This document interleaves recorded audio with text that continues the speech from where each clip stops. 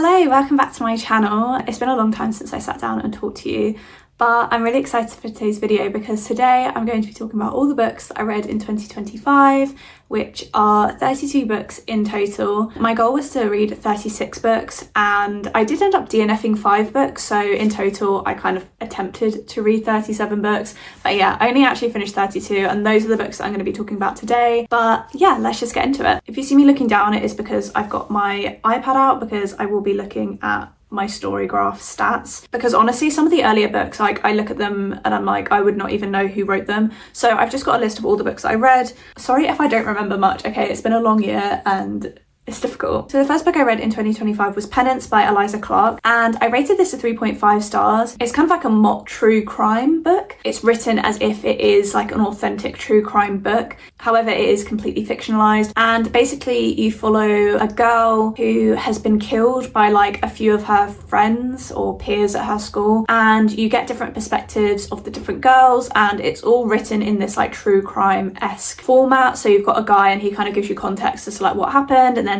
he says how he interviewed these girls, and there's also this kind of like almost like a prose section of like a bit of story as to like what could have happened on the night based on like what the girls have told him. He kind of like then writes it into like a prose. It was really interesting. It's definitely like mixed media if you like that sort of thing. I did really enjoy it. I just felt like some of it didn't go into as much depth as I maybe would have wanted, and I think it could have been better. I think the premise was really cool, but I don't know if the execution was as good as I was kind of hoping. I did really enjoy it, and if that sounds like your sort of thing, I definitely still recommend it. The next book I read was Down the Drain by Julia Fox. You probably know her best from Uncut Gems, and she also dated Kanye West briefly as well, which also like shot her into fame. This was actually like a really good memoir. I ended up giving it a 4.5 stars.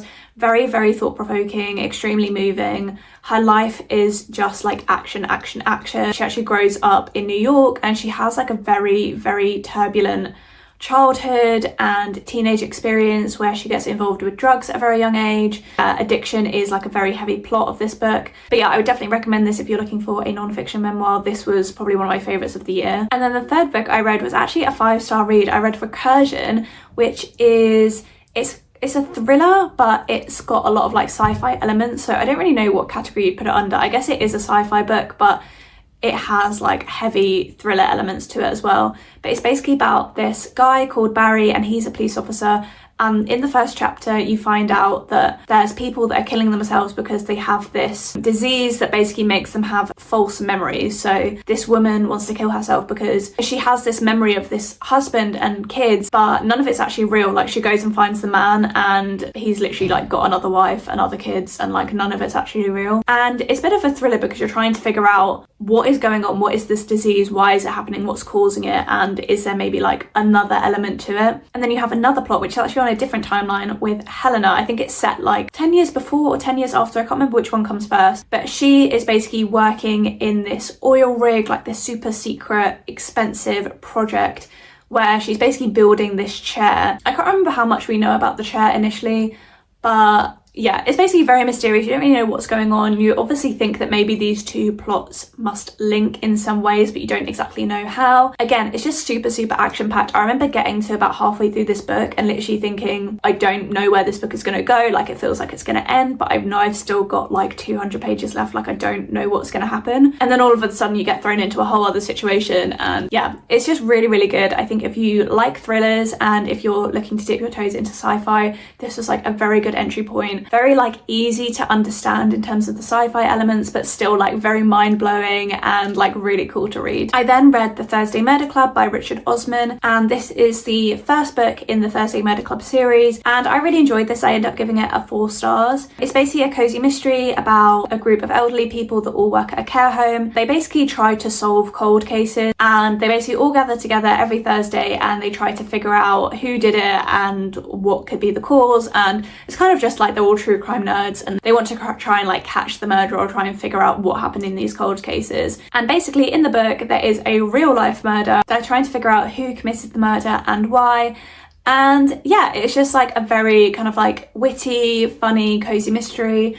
Like obviously the stakes are kind of high because it's murder, but yeah, it's like lovable characters, and yeah, I really enjoyed this. I know some people absolutely love it, some people hate it, but yeah, I quite enjoyed it for what it was. I'd definitely be interested in continuing the series. I then read The Do-Over by Lynn Painter, and this is my second YA romance by Lynn Painter. The first one I read was better than the movies, and then this was the second one, and yeah, I absolutely love this book. I ended up giving it a 4 stars. It's basically set on Valentine's Day, and it's kind of like a time loop situation. So our main character is Emily, and she's basically living this Valentine's Day, and the first time she does it, loads of things go wrong. Then she goes to bed and she wakes up and it's Valentine's Day again, and she has to keep reliving this day again and again and again until she can figure out how to get out of this time loop. And yeah, I really enjoyed it. I really liked the romantic pairing. I really liked the plot. I just like the characters. If you like YA romance, I think this is like a really good shout, and it's really good to read around Valentine's Day. I'm pretty sure I read this in February, and yeah, it's like the perfect book to read in February. Like, it's very quick to read as well, and yeah, I really enjoyed it. The next book I read was the non-fiction book Between the World and Me by Ta-Nehisi Coates, and I really enjoyed this book. I gave it a 4 star. It's very short but very like thought-provoking. It basically talks about his experience being a black man in America, and the whole book is essentially a letter to his young son, and basically what it is to be black in America, especially to be a black man in America. It was definitely very eye-opening, very thought-provoking, and yeah, I really enjoyed it. If you like your non-fiction books and you want to kind of learn more about the black experience in America, especially from like the black male experience in America, I would definitely recommend this book. But yeah, I really enjoyed it. The next book I read was The Vanishing Half by Brit Bennett, and I really loved this book. I gave it a 4.5 stars, and honestly, it's the sort of book that I don't know now like if I would have given it 5 stars, but I'm going to keep my rating as it was. But I really enjoyed it. It was very, just the exact type of book I really like. It basically follows 2 sisters, and they are black, but they are very light skinned, so they kind of live in a neighborhood where everyone could be white passing. They decide to leave that neighborhood because it's quite toxic there, and they decide to run away. And when they run away, one of the sisters, Stella, decides to actually start passing as a white woman, and she ends up cutting off contact with all of her family and goes out to live this life as a white woman. And the story basically follows like how this decision affects the twins, so we get perspectives from both twins of how they're living now, what their kind of life looks like, and then also how it affects their daughters, so both of them have a daughter. It was just like a really fascinating story. It speaks a lot about identity and family identity, and I just really enjoyed it. I love any book with family dynamics. I love books with multiple POVs. I love books that span decades. This is the sort of book that I think spans like 30 or 40 years, and yeah, I just really enjoyed it. So that sounds like it's up your alley. I would definitely recommend this. Probably one of my favorite books of the year. Then the next book I read was The Vaster Wilds by Lauren Groff, and this was a book I just didn't really get on with that well. It's a historical fiction book in which a girl, after like arriving in America, she chooses to flee from her settlement and tries to live in the wild essentially, and it basically just follows her experience of trying to live in the wild and like her connection with nature, and how people coming and colonizing certain lands like affects the nature. And yeah, it was interesting. I think it had some really interesting points. I just found it to be quite slow, and I just didn't really connect with the characters, and yeah, it just wasn't really for me. I think if you're intrigued by that sort of time period and you kind of like books that are a bit like no plot just vibes and very character driven and very like monologue-y, then you might really like this book. But personally, like, I really hate books like that. I definitely prefer a book that is much more plot driven. I kind of just found it quite difficult to get through. So yeah, I only ended up giving it a 2.5 stars. I then read The Sunrise on the Reaping by Suzanne Collins, which is obviously the most recent Hunger Games installment, and I really enjoyed it. I ended up giving it a 4 stars. Probably is my least favourite of the franchise. However, I do plan on rereading the whole franchise this year, so I'll kind of see where it sits in my ranking once I've actually like reread them all. But yeah, I really enjoyed it. If you know anything about the Hunger Games, it basically follows Haymitch's games, who is Katniss and Peter's mentor. So it follows his games, and in his games, because it's the 50th anniversary of the games, they have double the contestants. So instead of the usual 24, there are actually 48 contestants, and obviously only one victor. I definitely think it filled in some gaps that were left and did kind of like help broaden the Hunger Games universe and kind of provide more context. However, I did just feel at times that the cameos were a little bit too much, and I don't know, I felt like there was quite a lot of fan service, which I think is great, but I just think it was like a bit too much. I think at times it kind of took away from the story, but I did really enjoy it, and I did still give it 4 stars. And yeah, I mean, I'll read anything to do with the Hunger Games Games universe because I really, really enjoy the franchise. So I did enjoy it, but probably not one of my favourites in the series. I then read Sharp Objects by Gillian Flynn, and this is another book that I gave 4.5 stars, and in hindsight I'm like,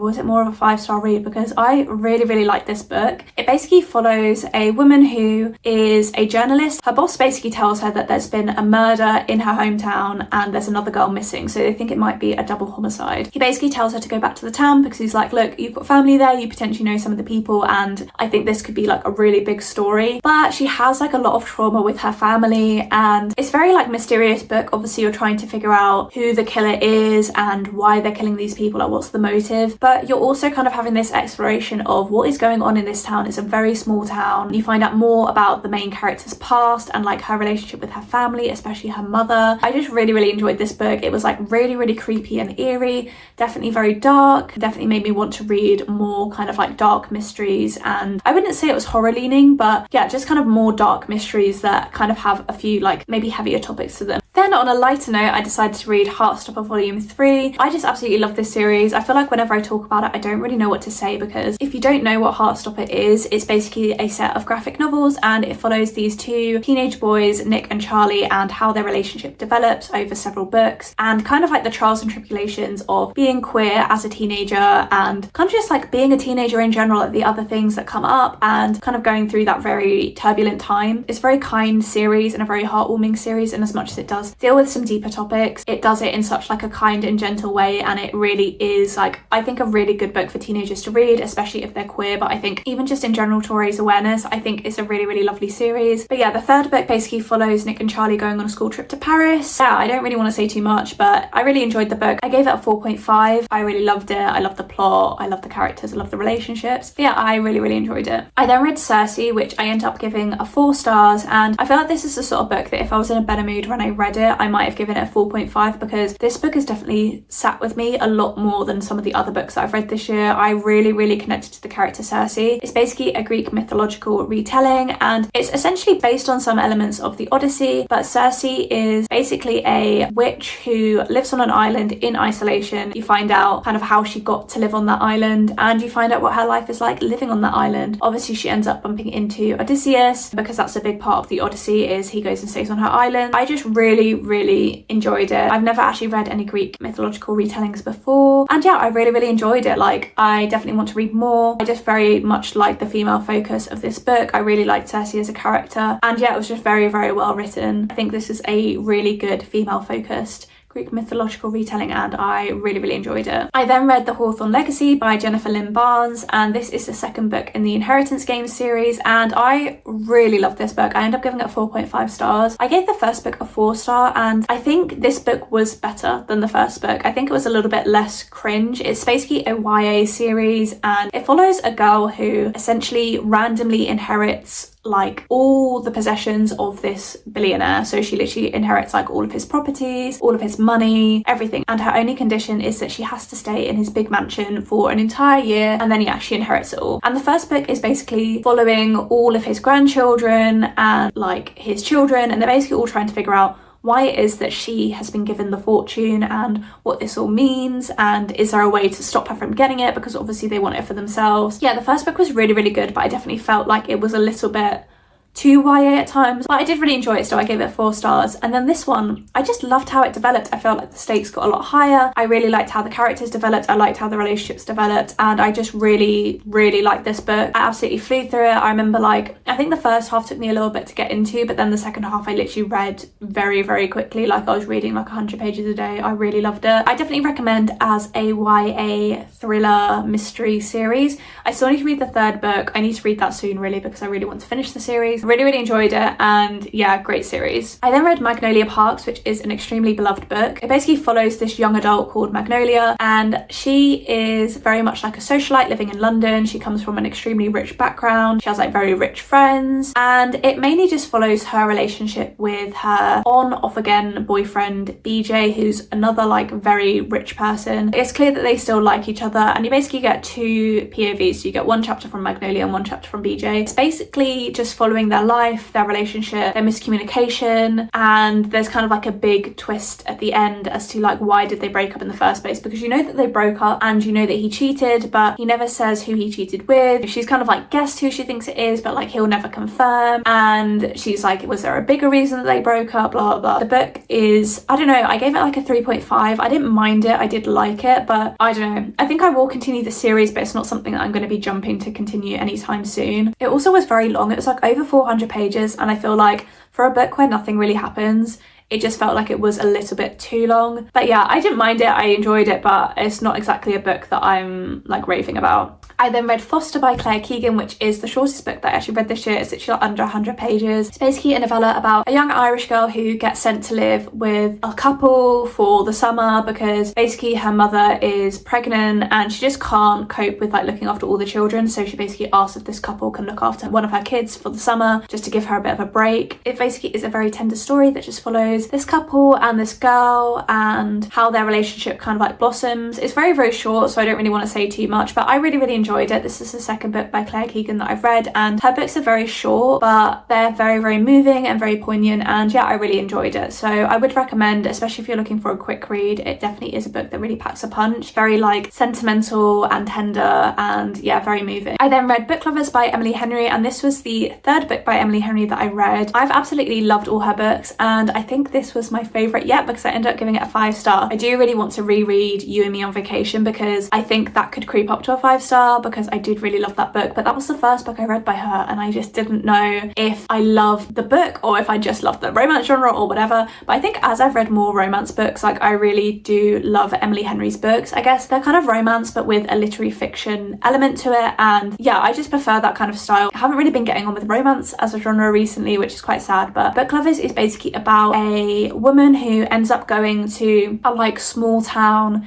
on holiday with her sister, and they basically decide they're going to do this bucket list of loads of like really cliche things on holiday, and yeah, she basically ends up bumping into kind of like a rival of hers, a work rival who happens to be in the town as well. I just really like them as a couple and how their relationship developed. I really like the sister. I just like the plot in general. I feel like it was very like rom-com-esque, and yeah, I just really loved it. I loved the ending, everything about it I really loved. So yeah, that was a 5-star read for me. Would definitely recommend. Probably my favourite of hers so far, and yeah, I really enjoyed it. I then read James by Percival Everett, and this is a retelling of Huckleberry Finn, but from the perspective of the character Jim or James. Now, I've never read Huckleberry Finn, so I didn't really know any context going into this book, and I don't think you need to. I think it's the sort of thing where if you've already read the book, I think it's nice to read James on top of it, but you can definitely read James on its own. You don't need to read Huckleberry Finn, and I really enjoyed this. I gave it a 3.5. I remember the ending felt really abrupt to me. It very much just ended, and that kind of threw me off a bit, and I think at times I didn't feel like completely engaged with the story. I think that's more of a me problem, but it's just a sort of book that I don't think I'll be rereading, so hence the 3.5-star rating. But I did really enjoy it, and I think if you're into historical fiction, if you want to read more books with kind of black voices at the centre, I think this was a very good book. And yeah, I really enjoyed the audiobook as well. It's kind of written in the way that it's spoken, so when you're reading it, it can be a little bit difficult to follow, but the audiobook is obviously spoken, and the voice actor who did the copy that I listened to was very good, and it definitely made it a little bit easier to follow. But yeah, I really enjoyed it. I would recommend if you're into historical fiction, and like I said, if you want to read more kind of like black-centred historical fiction reads, then like I would definitely recommend this one. The next book I read was The Giver of Stars by Jojo Moyes, and this is another historical fiction. I can't remember exactly when it's set. I think it's set in the early 1900s maybe, but basically it follows a woman who comes over to America with her new husband. She's initially from the UK. It's basically her trying to settle into this life that is just not what she was kind of promised and not what she thought it was going to be. Yeah, she basically ends up living with him and his father, and his father's just like a horrible person, to be honest, and she basically becomes friends with some of the women in the town, and she ends up being a part of a mobile library, which was really interesting. Honestly, this is like, I feel like that aspect of the book was really fascinating. If you like books that are about books, I would definitely recommend this book because it's basically about them running a mobile library, and the idea is that they want to provide like the children that live in the mountains with more education, and also like the adults that live in the mountains as well, like to give them a more robust education and introduce them to books so that they can learn new things. It was really interesting. It's set in a very religious setting, and there's a lot of kind of issues around that and taboo about women even like running this mobile library, and kind of like the message that they're sending out, and like should people be getting educated, blah blah blah. I can't remember why I gave it a 7 out of 10. I think again like it just didn't really hit in the way that I was hoping it would. I did really enjoy it, but it's just again not the sort of book that I necessarily would reread, but I definitely would recommend it. I think if you like books about books, and if you like horse riding, honestly it made me want to get on a horse, because obviously the era that it's set, they don't have cars, so they would just ride around on horses, and I loved it. I loved the horse aspect. But yeah, if that sounds like the sort of book you would like, I would recommend. And yeah, I did enjoy it. I gave it 3.5. The next book I read was Educated by Tara Westover, and this is a memoir again, and it basically follows Tara, who grows up in an extremely religious setting. She is part of a Mormon community. Her parents are also doomsday preppers, so they're like preparing for the end of the world, and basically just shows like her experience growing up in that environment. Very, very sheltered. Like her parents don't even believe in like going to the hospital, they don't believe in education, like going to a school or anything like that. They very much want to do everything at home. That was like very fascinating to learn how she grew up. And then as she gets older, she actually does end up at university, and kind of her experience of learning more about the world herself and being exposed to what the world really is. And yeah, very, very moving. I think I really liked how it very much became a book about how to kind of like let go of family and family obligation. I felt like that exploration was really, really interesting and just like very moving and thought-provoking. Yeah, I ended up giving it a 4.5, and I absolutely like bawled at the ending. Like the last like few chapters I was just crying so much. And if you like memoirs, this is one that I would definitely recommend. Very, very fascinating to read, very shocking, and yeah, I feel like it has like a very moving message towards the end of the book as well. Then the next book I read was Nora Goes Off Script by Annabelle Monaghan, and I didn't really like this book at all. I ended up giving it a 2.5. I just didn't get on with it. It basically follows a mother who has recently gone through a divorce, and she basically writes a film, like she writes a script. It's kind of like heavily inspired by her divorce. An actor who is in the film comes to her house because they're shooting the film at her house, and the actor is there. And then basically when filming finishes, he doesn't want to leave and he ends up staying with her. And yeah, I just really hated this book. There's like a huge miscommunication trope. Obviously a lot of kind of romance books have this like third act breakup thing, but the reason that all happened was just so frustrating, and oh yeah, it just really, really annoyed me, to be honest. And yeah, and also I just felt the characters were really boring. I thought as a couple they were really boring. I wasn't rooting for them. And that's the thing, I think with a romance book you need to like love the couple to like love the book. I think that's why I like book lovers so much, because I absolutely love them as a couple and I was really rooting for them, whereas for this I literally just couldn't care less about the couple. So yeah, I didn't really like this book. I gave it a 2.5, and yeah, personally I wouldn't recommend it. I think there are better books out there. I then read Heartstopper Volume 4, and this is definitely where the books get a little bit deeper and darker. There's a lot of talk about mental health in this book, and yeah, I really, really enjoyed it. I gave it another 4.5. I just absolutely love this series. I'm not going to talk about it too much, but yeah, read this series. I could not recommend it more. They're like just very, very moving books, and yeah, I absolutely loved it, and I can't wait to hopefully complete the series this year, fingers crossed. I then read When in Rome by Sarah Adams, which basically follows a pop star who goes to a small town to kind of like escape her life, and she ends up living with like a local baker basically, and romance ensues, and she kind of like gets to learn to know herself, and she gets to meet all the people in the town. Yeah, it's basically like a small town romance, but it's kind of like her from the big city going over to the small town. So I end up giving this a 3-star. I think I just didn't really connect with the couple, and also the ending was a little bit rushed, I felt. But yeah, I just feel like when you don't connect with the couple, it just really screws over the romance. So I've just had like the worst year for romance. I feel like other than Emily Henry, I'm just not enjoying any romance books that I read at the moment. So please, recommendations for summer romances, because I love reading romance in summer, but they just weren't hitting this year. So yeah, not for me. I then read The Southern Book Club's Guide to Slaying Vampires, which is an absolute mouthful to say, by Grady Hendrix, and I really, really enjoyed this book. I gave it a 4 stars. But yeah, obviously by the title it is a vampire book. It is, I'd say like, I guess, a horror. I really enjoyed it. The vampire element was very, very good. I've not actually really read any vampire books, and definitely made me want to read more vampire books because I really liked it. And again, it was just very, very creepy, very dark. I did feel like it kind of went on for a little bit too much, and some of it was quite frustrating because no one believed her. Like, Patricia was out there, she knew there was a vampire, she knew something was going wrong, and literally no one believed her, and it did get a bit frustrating at times, and I think that's why I gave it a 4-star, not a 4.5, but I did really enjoy it. And if you're looking to get into a kind of like a dark horror mystery, then yeah, I would recommend this. It was a little bit disgusting and I guess a little bit graphic, but it wasn't like terrifying. It was more just like mysterious, slow burn, atmospheric, creepy, and yeah, I really enjoyed that and would definitely recommend. I then read Funny Story by Emily Henry. Honestly,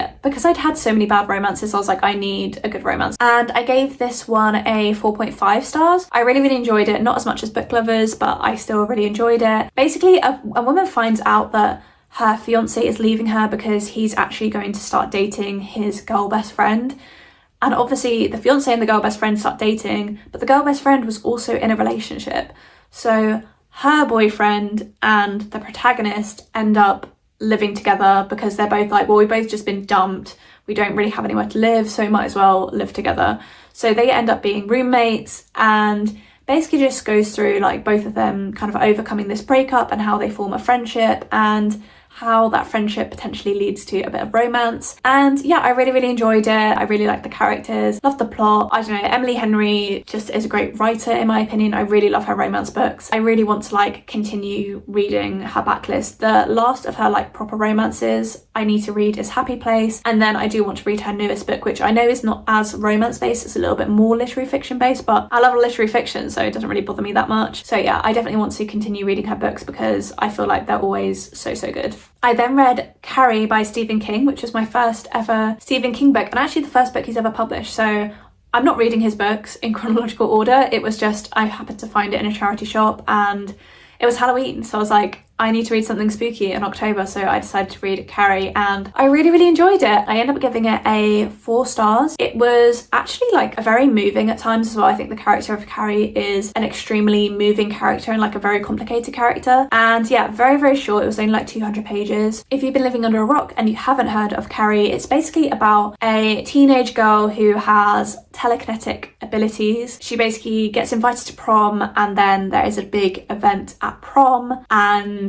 people are injured quite severely. The book is really interesting because it kind of like is like the lead up to prom night and then what actually happens on prom night. And throughout the book as well, you also get this mixed media, so you kind of get these news articles or these journals or these interviews. It's obviously like trickling the information as to what is going to happen on prom night, but you don't know. Obviously I knew because I know what Carrie is, I've watched the movies, so I knew what was going to happen on prom night. But if you've managed to avoid Carrie your whole life, go for it. Read this book because you will absolutely be shocked by it. It's really good.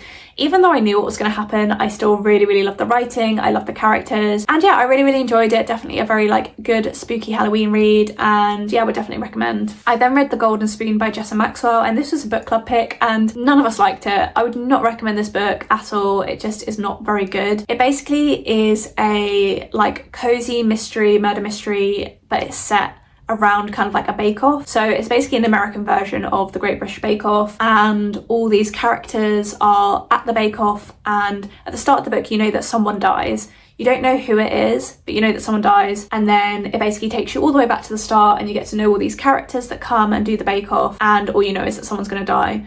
I really didn't enjoy this book. Obviously you know about the murder at the start, but the actual death in the book happens so late. Like I really thought there was going to be more than one death, or I thought there was going to be the death earlier on and they're going to try and like figure out who did it, but the death happens like right at the end. The characters are like very stereotypical. Yeah, I don't know, I just really didn't get on with this book. I thought it's like a very basic plot. I found it really predictable. At the beginning you don't actually know who dies, but like I predicted who it was, to the point where I thought you had been told who died, and then I went back and read the start and I was like, oh no, wait, actually you don't get told. But I knew who it was. I don't know why. I just had like an instinct. It felt very obvious who it was that died. But yeah, would not recommend. I gave it a 2.5 stars. I don't even know why I gave it that, to be honest. It's just like not a very good cozy mystery at all, to be honest. I then read The Cousins by Karen M. McManus, which is basically a young adult thriller. Basically follows these 3 cousins. Their grandmother basically cut off all their parents, and their grandmother is like multi-millionaire, like very rich. And she cut off all all her children out of the blue, and the only thing she gave them was a note that said like, I know what you did, but none of them actually know why they got cut off. Basically, the grandchildren get contacted by the grandmother to say, hey, I know we haven't spoken in a while, but I want you to come work on the island that I live, and I'm going to give you a job for the summer, and it'd be nice to like reconnect. It's basically like a mystery thriller because they're trying to figure out why it is that their parents were cut out of the will, and basically things don't quite add up when they're there. And yeah, it was really, really good. I liked it. It was YA. I really liked the characters. It was very fast paced, very like bingeable. And yeah, I liked the mystery element. It did throw me off a bit, and yeah, wasn't entirely predictable. And yeah, I really enjoyed it. If you're looking for like a standalone YA thriller, I'd recommend this one. It was really good. I then read The House of My Mother by Shari Frankie. This is a memoir about Shari Frankie, and it basically follows what it was like for her to grow up in an environment where her parents were basically family YouTube vloggers, and a lot of her childhood and teenage years were plastered online on YouTube. I didn't know anything about this going in. If you know about the Frankies and the 8 Passengers YouTube channel and the aftermath of that, then you'll obviously know kind of like what happened. And there's been actually a couple of documentaries that have been released since. This was like a very, very shocking read, really, really moving. And the fact that I think she wrote this when she was like 20 or something. Even now, she's so young. So she wrote this at such a young age, and it was just like very, very moving. I feel like her story was so poignant, very, very shocking. And yeah, I really, really enjoyed it. I ended up giving it a 4 stars. I did a mix of listening to it and reading it, and she's the person who actually narrates the audiobook, which I thought was a really nice touch. I would definitely recommend. It is like very heartbreaking, especially like she has so many siblings and all these children are being affected by everything. But yeah, I would definitely recommend. I don't really want to go into too much depth. I think it's really important to read it from like the children's perspectives themselves, and I thought it was a really, really well written book. The next book that I read was The Reformatory by Tananarive Due, and this book was a lot. I ended up giving it a 4 star, and it was very, very long. It was like 570 pages, and it was probably the heaviest book that I've ever read. I don't really love a sad book. I don't mind a book that's a bit dark, but I don't really like a really, really sad book. And this book was really, really sad. Basically follows a black boy called Robert who basically ends up kicking a white boy because the boy basically like makes advances on his sister. So he like kicks the boy in retaliation, and because of that he gets sent to a reformatory for 6 months. And the reformatory is based on a real life reformatory. I'll put the name on the screen now. But basically in this reformatory, all the children are very severely abused physically and sexually as well. Basically all the kids from where Robert is from can see ghosts. They can all connect with the spirit world and they can all see ghosts, and Robert in particular has a very strong connection to this. And when he gets to the reformatory, there are a lot of ghosts there. There are a lot of dead boys that have passed away at the reformatory, and Robert can communicate with them. And it basically follows 2 plots of Robert at the reformatory trying to just survive, trying to make friends, trying to figure out how he's going to get out of this situation. And it also follows his sister Gloria, who is obviously outside the reformatory back at home, and how she is determined to set her brother free from this horrible place, and she wants to get him out of there. This was such a heavy book. It was extremely sad. Obviously it's about children, and some of the events that happen are just very upsetting and very sad. I would say, however, it is an incredibly, incredibly good book.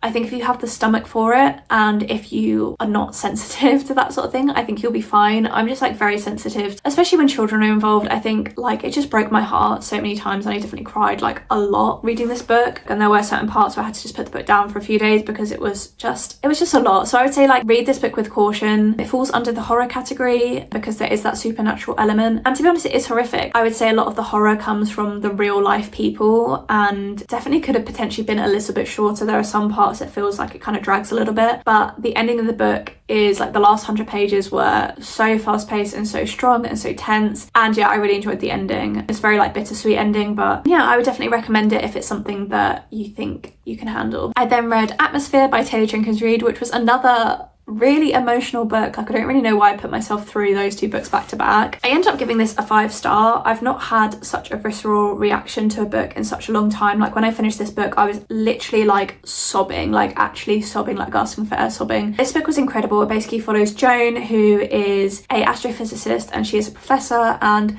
her sister basically tells her about a NASA program that is happening and says that she should go for it and try to train to be an astronaut, and that's what she does. And she ends up meeting a lot of people through this course, and she makes like a lot of friends, and her social circle really blooms because kind of before that she lives like a very isolated life, and she interacts with her sister and she adores her niece Frances, who she spends a lot of time with, but she doesn't have much of a social circle and she's never like had a partner or anything like that. She basically ends up becoming friends with all these people. She becomes very good friends with a particular person, and yeah, it does end up turning into a romance, and the romance is very sad, very moving, very tender, and I just loved it. I love the characters in this book. I love Jonah's character. I just really enjoyed it. It's set in the 1980s, so it's a historical fiction, and yeah, I would definitely recommend it. I gave it a 5-star. I love Taylor Jenkins Reid. She's probably my favourite author, and yeah, this is just an absolute banger. This was just like a really moving book, and I absolutely adored it. I then read Eleanor Oliphant Is Completely Fine by Gail Honeyman. I enjoyed this book. I ended up giving it a 3.5 out of 5. I did really enjoy it. It just was a little bit like not much really happened, but I guess a lot did happen. It's very much a character driven book. You basically meet Eleanor, who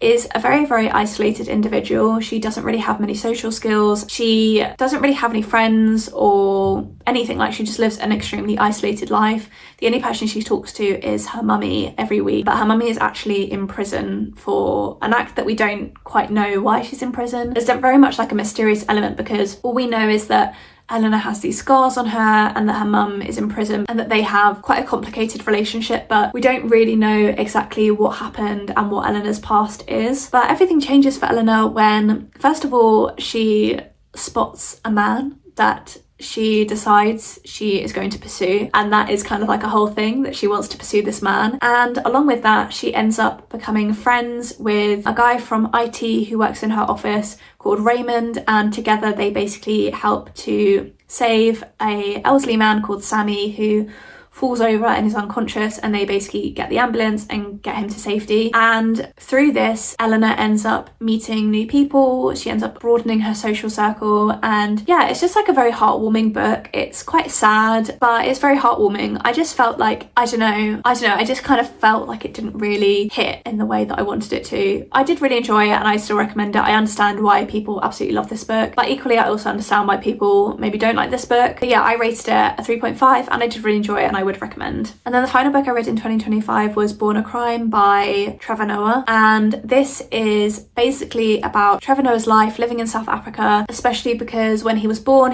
under apartheid, and he has a black mother and a white father, which means that his existence is literally a crime, so hence the title Born a Crime. This is like a really interesting book. It basically is almost a collection of anecdotes. It's not really necessarily in chronological order. It's more just a collection of anecdotes and kind of like short stories about various things that happened to him growing up and his experiences. A lot of them centre around his identity, especially being mixed race in South Africa and kind of like what that entailed, growing up in poverty in South Africa as well. It was a very moving book, very funny as well. Obviously Trevor Noah himself is a comedian, so this book was very funny. I ended up listening to a lot of it, which I would definitely recommend. The audiobook is really good, and he's like very good at doing all the voices of like the different people in his life, like his mother's voice and like his friend's voice and stuff like that. I really enjoyed it.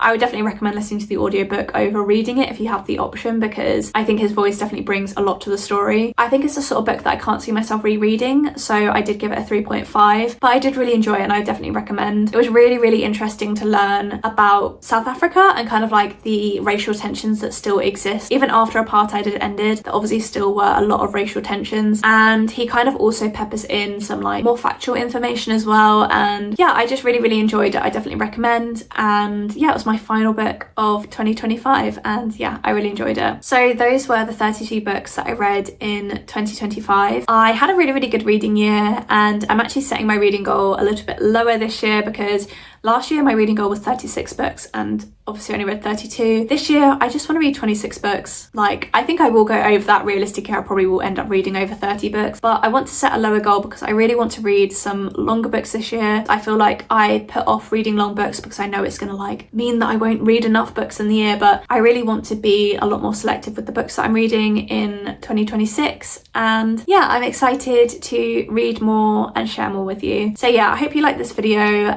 Feel free to check out my other videos if you enjoyed it, and do feel free to subscribe if you want to see more of my videos that'll be coming out. And let me know what your favourite books were this year. Like, what did you end up reading? Were there any standout books? Have you read any of the same books that I read? And yeah, hopefully I'll see you in my next video. Bye!